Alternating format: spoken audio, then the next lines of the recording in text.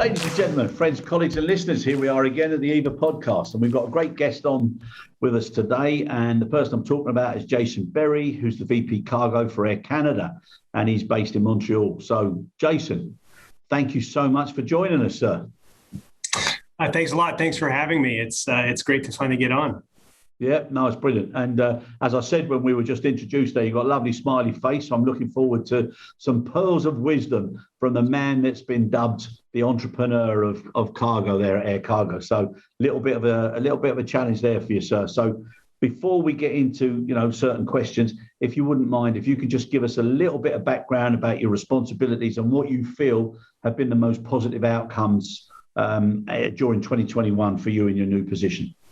Sure. So I think the most interesting part of my time here is I joined in the midst of COVID. All my interviews, everything I did was online. In fact, my first 2 weeks where I was stuck in hotel quarantine. So to join a company and become the head of the cargo branch, really where you're stuck in a hotel. I left my family back in Seattle. There was a lot of soul searching being done and really trying to actually get to know a company when from the inside out when you were stuck in a hotel room. But in my role, overseeing all of cargo, that includes all of our operations globally on 6 continents. We have a pretty large workforce of our own scattered across the globe as well, where we have our own warehouses, our own workforce. And then we have obviously our headquarters teams based in Canada that are running the day-to-day, making the headquarters decisions. But in general, it was an interesting time to come into a company. I was welcomed with overwhelmingly open arms from the team at Air Canada, which made this a very easy transition. But it was a tough way to start off. I can imagine. And once you got in, what were the most, shall we say, positive, surprising elements of joining Air Canada that you might not have realised, looking from the outside before you were given the posting? Sure. I mean, from the outside, I knew this was a really strong brand, and they had done a lot over the last few years to really grow, and the expansion of their wide-body fleet really made their presence very strong in cargo.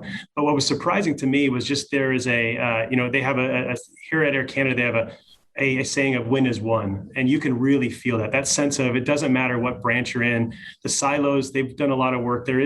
They've broken those down. The teams work together. The fact that we were able to take airplanes and pull seats out of the planes, the coordination between maintenance and flight ops and all the work that's done, there is a concerted effort to be successful as the overall overarching Air Canada. The Maple Leaf is really first and foremost.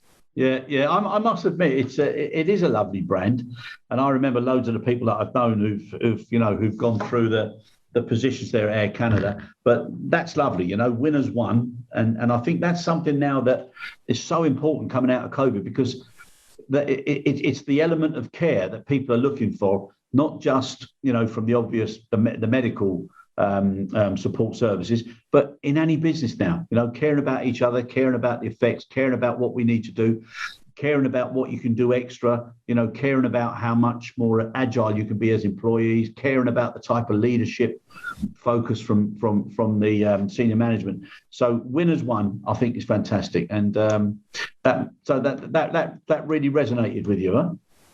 Yeah, it was very impactful, and it wasn't just a statement. You could actually see it, and that's why I think the part that was most revealing to me is this team is committed. They're aligned at the senior level, and it just filters down extremely. It's very transparent all the way through the organization. Yeah, and you've already gone through, as Air Canada, you've gone through a transformation program, and you've looked at all the processes, training. So you've already gone through a pretty substantial program over the last few years as well. So that must have added to a strong foundation, especially at a time when it was needed most. I think it's been probably one of the keys to our survival and how we've actually been able to navigate this crazy time was a lot of the work that's been done in before. You can see this leadership team, they're confident, they know where they need to do, they're capable of making decisions, and they really base it on the foundation that they built. Yeah. No, I obviously we've been involved quite a lot, and it's exceptional what's been done. And there's a certain person comes to mind, a lady who's been on our shows many times, and she's head of transformation, and I'm sure she's done a fantastic role and a fantastic job there. So a little shout out there. I'll leave it up to you to name the person if you feel necessary. We all love Janet. She's fantastic. She is indeed. She's a cracker, I'll tell you. She's great fun, great at what she does, and she always brings something special to, whether it's a panel or a podcast or anything. So good on you, Janet, if you get the chance to listen to this. Right, so now, Jason, apart from that, obviously you guys did so well with the conversions and the all cargo flights at a time that was so necessary. And you've got your the 767-300s coming in. I think one's already in service, is it, or one or two in service already? We've got one flying today and another one coming in a few weeks. Yeah. So great. So obviously that's going to change, that's going to change the impetus and also the focus on cargo again, which is something that Air Canada's been synonymous with for ages. I always remember working in the Horseshoe in London, and we were always pleased to see Air Canada on the end there, because they were always very vocal, from the times with Des Fatanis when he was there and various other characters, but also they were self-handling, and we were always, complimentary and a little bit envious sometimes about that fact. But for you now, growth plan, 2021, 2022, how do you see things going now? Well, we just come out of a fantastic year, and obviously our growth has been exponential. We've not just matched the market, we've actually outpaced the market. We've become, I believe, a market leader in growth, and you'll see our results will come out next week, and we continue to outperform and outpace. And that's been a lot of work. I think we've been talking a lot about running a marathon at a sprinter's pace. It feels that way, and that's sort of how we've been talking about it. And, I think we've learned as a marathon runner, when you run, you learn, you build you have KPs, you continue to get better and better. And our sprint pace that we didn't think was attainable, or at least sustainable, we've been able to sustain it. And we know that that's something that it's not easily done, but we continue to see, positive growth momentum coming into 2022. Our fleet's changing. And I think the biggest difference is these airplanes that we took the seats out of, that we affectionately call the Charlies, they are going back to passenger airlines. It's time, and it's a time for them to phase out. But as they phase out, we're bringing freighters in. So it's really a transformation from this great market share and growth that we've seen, is turning it from an opportunity in time to now something that's lasting and sustainable for us. And that's really what we're trying to convert, is all those Charlies and all those P freighters that we flew. It's now our job to convert that business and continue to offer and keep that capacity available to the customers that we supported throughout the pandemic. Yeah, no, it's fantastic. And, I think also, if ever there was a time where cargo got the respect and the visibility that it needed, it was during this particular COVID period. And now I think the momentum of looking at cargo as a true separate business entity, that's something that everybody needs to take into account, especially major carriers like yourself, but also airports. And one of the things I was going to ask you, with your network, and also with doing regular audits, regular performance reviews, looking at the KPIs, the measures, comparing it around the world. Has it affected your oversight and your overview with the fact that people have been restricted in travel and things like that? How have you managed to do that? You can only do so much through a Zoom or a Teams call. And the honest truth is, we know that the oversight has lacked. And we've started to really focus on areas where we need support, we need help, where we've reopened and service has been focus areas. But in many of our locations, we never stopped. And I'm on a bi-weekly call, a safety call with our ops teams. And it's one of the calls I try never to miss. They're important to me. I come from the ops side, and we're really trying to stay tuned into the basics and really making sure that as we bring back staff, or as we have the Omicron variant, you had these large swaths of people in and out of the operation while they were sick. Making sure we stick to the basics and build that, make sure that the core, we're doing the basic things that we need to do to be successful. And for us, we're also looking not just at today, but then long term, what does our business look like? And are we preparing and measuring the right things so that our business will be successful as freighters come in? So we're also in the midst of looking at how we do our customer journey, and making sure that we're actually measuring the right things to be prepared for long term, not just exiting the pandemic. Yeah, and what you said there about a review of what's being measured. So many of the legacy measures in the past, they're almost put down as a safety net on the contract or the SGHA or the SLA, and then as a result, you only dealt with them when something went wrong. And if both parties can't measure, it's almost futile in having it there on a piece of paper. So what sort of areas of high customer impacts are you focusing on with regards to measuring? For us, it's actually right now it's the data. It's taking advantage of the data that we have and using it for the right things, not just waking up in the morning and how were your KPIs the day before. We need to be predictive. We need real-time data. And right now we are rich in data, but we're not able to harness it in a way that we can actually use it, especially operationally, to our advantage of our staff and our team. I think today we're really good at doing autopsies of what happened. We need to actually prevent the autopsy from occurring. And I think that's a big part of our business right now is actually using our data. We have an AI team and that is building labs as we speak to help our operation be more efficient and effective. We also we're standing up the largest force of business analysts that we've probably ever had in Air Canada. So because we know that we're going to win with data and not just commercially, but operationally.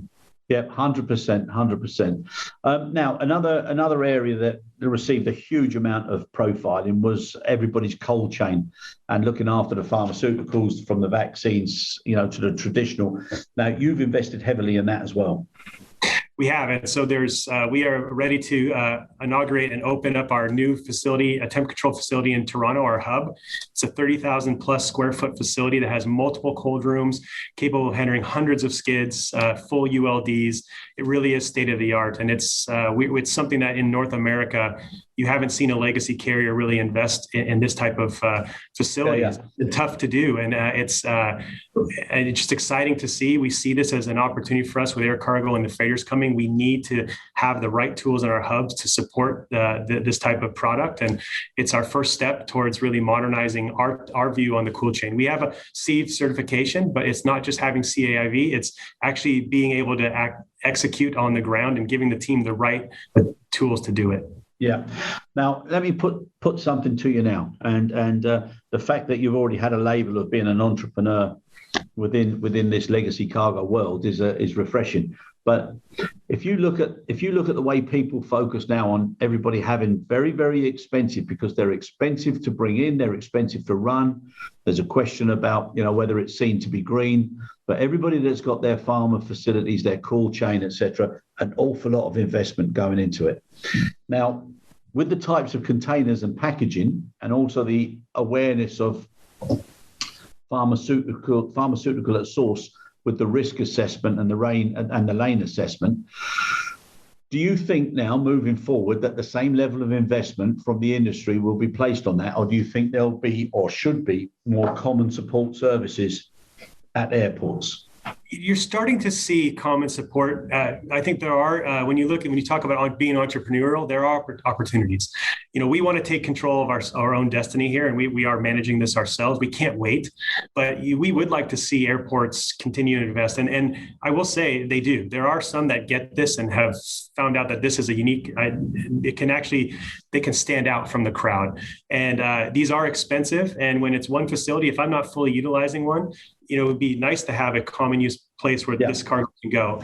For me, as a carrier that's actually investing it, I'm actually at the point where, I think this is something that now actually differentiates me from the market. However, there are plenty of places and the need to fly the cargo really at very prescribed temperatures, it's important. And we owe it to the actual industries that in air cargo in general to make sure we have good control. We take good care of it when it's in our custody. So it would be nice to see additional investment. I think it's something we need. I was recently on a panel with the airports group. And the biggest thing for me that I see is conventional carriers. I want to remind everyone, don't forget about us. Like, conventional carriers are out there and we're growing, and the e-commerce giants that are coming in and standing up million square foot facilities, that's sexy. It's exciting to see for an airport and to see development. But we also need to not forget about legacy carriers and carriers like us that may fly, one or two wide bodies a day into an airport, but there's 20 of us coming to that airport. And you need to invest in those shared facilities just as much as you will on a single use operator, like an e-commerce or an integrator. Yeah. And also they can influence carrier choice by what they do as an airport ecosystem with their members and their community. And if they look at it from a bigger perspective, there's a great opportunity there. But it's combining the supply chain that's going to make things, I think, make a difference for the legacy world that you're in and I've grown up in. So, hopefully that'll happen. Now, with that in mind, what's your opinion on pooling. So whether it's hard pooling of stand equipment or general pooling of equipment or even pooling of specialist staff, do you think there's any opportunity in that moving forward? It's a great conversation, and it's something that I think we as an industry have struggled. I was originally on one of the first Cargo 2000 panels before it was called Cargo 2000, CDMP, Cargo Data Management Platform, in the 90s, and we've tried. Sorry, got to interrupt you there. You don't look old enough. Either that. I started in the 90s at Cargolux, 1995. And, you got to tell me what moisturising cream you're using after the show. No, but it's serious. And you look at this, and there was the CDMP, which became Cargo 2000, which became Cargo I2. That was this thing where we could common data, common sharing of our how we measure ourselves. And it has been, there's been a ton of wins with this. It was the impetus for e-Airway Bill. We saw a lot of traction, but then we fail as an industry to take it to that next level. We're very good at getting version 1 out, and that's on all of us. And I think Michael Steen right now is the chair of the IATA Advisory Council for Cargo, and I think we have a number of initiatives we need to work on. And some of this is looking at the commonality. Digitalization was that first step, but there is opportunities. We pool ULDs today, and that's something that I think 25 years ago when I started, I would never have thought we would be sharing ULDs across the carriers, and it's working. And it's so what's that next piece? And I don't know if it's as you mentioned, specialized skills. That's a tricky one when you get into labor and unionized forces. I think a little bit harder nut to crack, but we've started to do some of this. When I look at we launched on the Cargo One platform last year, this open market where we're offering our capacity along with many other carriers. And I think that's a great way for a freight forwarder to have access to best of breed. And I hope that we stand out and are going to build a product that's worthy and be the carrier of choice, but at least it's there. And I think that's another step forward.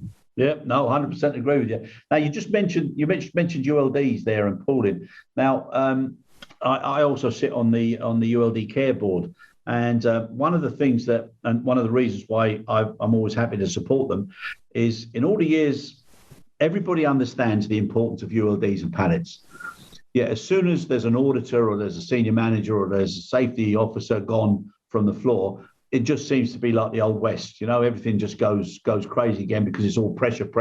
We've got to do this, we've got to do that. Now, there's a modicum of common sense that can come there as far as moving pallets with forks, etc., and how many and things like that. So it doesn't have to be so disciplined. But if you look now at the personnel pressures, and if you look at the training, and if you look at, whether it's furlough or whether it's people being laid off for a while, and now they're under a lot of pressure, and they're going to be under even more pressure as we move into the months. This level of damage and waste, and dare I say again, this seemed to be green element, because for the scrappage and all the problems that are going on, it doesn't make sense. But are you seeing a need for an additional area of focus to come down on competence-based practical learning, or how are you guys addressing, or is there a need to address it? Candidly, I do think there is. We've seen our damaged ULDs go up this year, and it's a combination of a new workforce. A lot during we were an airline of 30,000 strong, operating at the lowest point of 13 or 14,000 people. And as we brought team members back, some of our unionized employees may have been a ramp agent their whole life and worked in the Bagwell. And now they came to Cargo, and we were happy to have them. We opened them arms wide open, except they had to learn. And there was a huge learning curve that we saw. And I think it's not just in our environment where I think actually fared better than most, but there is a labor challenge. And ULDs, ULD is a multimodal device. It transfers from truck to air, and there's two different methodologies of how you handle this equipment. And we do see damage on the rise, and there needs to be a better focus on that. And I think the ULD Care Board and all of us, it's another area where, especially when we're pooling and sharing resources, it is an opportunity. That's something that I know that even I, as Air Canada, we have to work on ourselves. Yeah. And coming and just extending the topic there, but coming on to the relationship between pure commercial and pure operation, there's always a little bit of a conundrum or a little bit of a battle, whether it's to do with dimensional checking acceptance or whether it's to do with allowing pallets to be released to forwarders and then when they come back and whether there should be demurrage, etc. That sort of revenue loss or revenue protection, are you seeing that that's something that needs to be addressed so that there's more transparency so the customer understands where certain areas of pricing or costing has to be applied? Yeah, I'm not sure. I would say that we need technology. We need to rely on tech and data to do better, to actually make better decisions first. And that is a big part of what we're doing, is actually as we look to innovate and actually change really how we're doing our own business within our facilities. This is part of it, is how do we handle equipment? Our material handling has to improve. And air cargo has relied for ages on, we put cargo on people's shoulders. It's a forklift, but we only, it's human capital that we invest in. And we can only go so far. And we're at a point now where I think there's an opportunity for us with our partners on the freight forwarding side, on the surface transportation side, to find better ways to do this. And I think, but it starts with actually getting the right information and looking at what investments can be made smartly and wisely to make this as efficient as possible. Because it's going to be very difficult to go from 0, to 100 overnight. So for us, we're taking this look at from our hub, then to our next secondary hubs, and then kind of down. We're trying to use a philosophy where we learn from our hub and then take that and translate it down so that we see this actually, populating throughout all of our operations, including our shared facilities. What we learn, we tend to share with our ground handlers, but it starts really with our hub. Yeah, no, you're right. And I think what you said earlier about, rich in data and then investing in how to harvest that data and manage it, that's going to be so important, because if the data is managed correctly and it's then represented in a very logical manner, it takes out the emotions of that argument, whether it's from customer to supplier or whatever, because it's there in front of you and everybody can see, right, we need to take this data into account to improve things. So, I think that's a great investment, and that's what's necessary now. Now, one other thing before we come to an end, what I'd like you to do is just let us know a little bit about Revo. Revo is our e-commerce platform that we launched 2 years ago in Canada. It's serving domestic retailers, and we really are offering an end-to-end solution. What's been great about this is, and when you talk about green, this is, I think, where we also stand out, is e-commerce today traditionally flies through a hub and spoke where it gets consolidated, it goes to a sort center, it's put onto airplanes, it flies overnight, and it's ready for delivery the next day. We have a massive amount of assets in the air every day in Canada on our domestic route network. And what we've been able to do is partner with retailers and offer them an end-to-end solution where we can use the bellies of our passenger flights to get cargo moving the same day, within hours. The dwell time is dropped. The airplane was already flying there full of passengers. So there's this green element that I'm really enthused about, that I think we even just barely even touched the surface on that. But we're seeing great adoption, and we are doubling the amount of packages we handle every quarter. And we are seeing great uptake on it. And this ranges from major enterprise customers to a startup, a person who has a side hustle on the side who wants to just move his homemade product. It's great. So it caters to very various groups of customers that are looking for another option to get their cargo from A to B in Canada. And I mean, it's exciting. The growth is fast. We say we're operating at the speed of now at Revo, and it really is. And the testimonials from our customers are already showing that. And I think when you take an airline, which traditionally cargo isn't always the most out advanced and out front. It's why air cargo has sort of been behind when e-commerce has come. We've been able to really challenge our team to not think of this as traditional air cargo. This is an express product, and we need to treat it that way. So we still have to follow all the policies in terms of security and those things. But outside of that, it's our chance to really rethink how we do cargo on a small scale, and but I think it will translate well into our main core cargo business too, as we learn from it.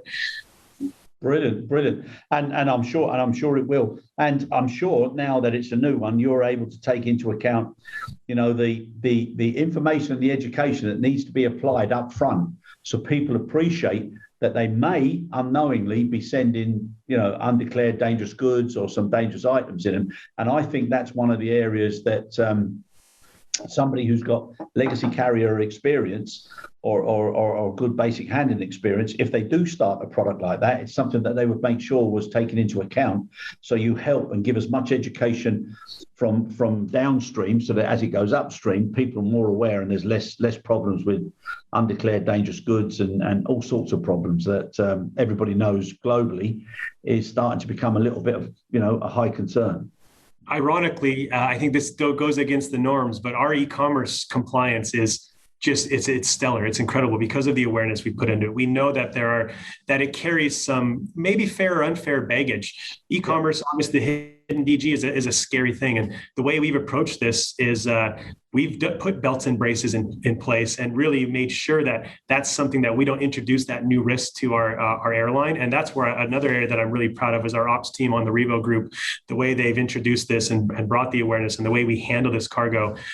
We have actually, I think, changed the way that landscape works too. And hopefully we'll actually gain some trust. E-commerce, oftentimes from a regulator standpoint, it can be scary because of that. And I think we're proving that it can actually work in harmony and safely with the regulations and compliantly. And we're constantly working with our customers to inform them and educate them that this is going by air. This is not going on a road. This is what we need. And we were able to actually to do this in a way that we're still offering a really great service to the customers. And it's behind the scenes. They may not see all the work we're doing to keep it safe, but it's happening. Brilliant. No, I genuinely think that's the way to go.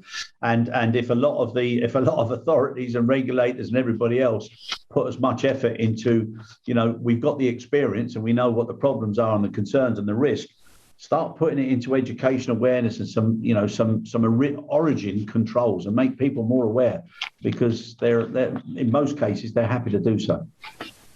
So fair play, yeah. Right. Is there anything else unusual or entrepreneurial that you'd like to put your thumbprint on, or you'd like to say is happening, or people should be aware of, or is going to be hot topics or news in the upcoming few weeks or months? Well, I think the story of while our Charlies are retiring and sunsetting, Air Canada Cargo is not, and we're actually just at the beginning. And I think what's exciting is that was a proving ground for us. We operated almost 27 cargo-only flights a day throughout the year last year, and it taught us a lot. And what it's done is it's given us some confidence. This is an airline that has a great heritage. People like Janet Wallace and that you mentioned, these are great cargo leaders. And what it taught us is we can run a network, a cargo network and a freighter network successfully. And that's now for me exciting, coming from a freighter operator in my past, was taking this blend and using our fleet, our wonderful passenger fleet that is incredible. We cover 6 continents, and then sprinkling in a little bit of freighters into this network. We're already seeing how that will create a virtuous cycle for us in Air Canada, because the freighter, even though we only have one today, it's already contributing. A third of its cargo is continuing on passenger airplanes. So we're already seeing the freighter, how it becomes a force multiplier for our network. And it's exciting. And we have 7 more of those to come. So it's a lot happening in 2022. No, brilliant. I can see some T-shirts there. I can see Charlie's disappearing into the sunset, and then a flock of freighters coming out of the clouds. So we're not dead yet. That's my biggest thing, is we're not dead yet. There's a few more tricks up our sleeve. Yeah, I'm sure. So good luck to you. But listen, genuinely, and we'll come to the end of it now. I think something that comes across, and I said it to you offline, but you've got a lovely, positive approach, you've got an energy and an engagement, and you've got a natural, likable leadership style. So, Jason, I wish you all the very best, and Air Canada, and good luck, and hope to speak to you again soon. And like I say, I hope 2022 is one of the best ones you've ever had. Thanks so much. Appreciate it.